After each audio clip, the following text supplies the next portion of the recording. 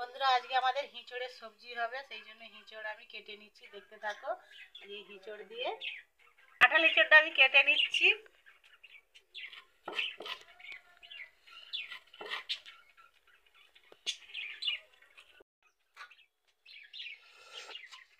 বিচা হলে হিঁচড়গুলো কাটা হয়ে গেছে, এবার আমি আলু কেটে নিচ্ছি।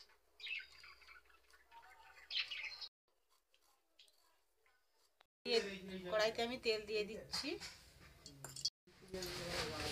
হিঁচড় আলু আমি সিদ্ধ করে দিয়েছি হালকা করে, এবার এগুলো আমি ভেজে নিচ্ছি।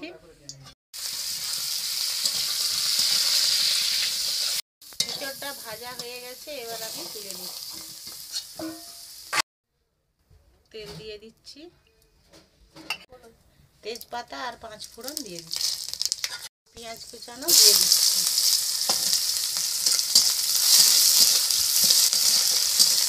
এবার 1 চামচ রসুন বাটা দিয়ে দিচ্ছি, আদা বাটা দিয়ে দিচ্ছি, দিয়ে দিচ্ছি, দিয়ে দিচ্ছি। 1/2 চামচ হলুদ গুঁড়ো, 1/2 চামচ লঙ্কা গুঁড়ো দিয়ে দিচ্ছি।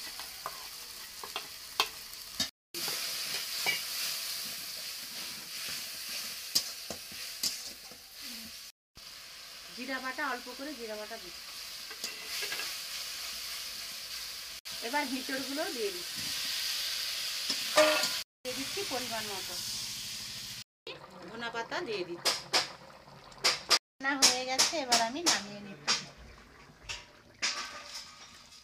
বন্ধুরা দেখো আমার হিঁচড়টা রান্না হয়ে গেছে, কত সুন্দর কালার, দেখতে কত সুন্দর লেগেছে। এখন এই বছরের প্রথম হিঁচড় রান্না করলাম। বন্ধুরা এইরকম বাড়িতে হিঁচড় বানিয়ে তোমরাও খেতে পারো।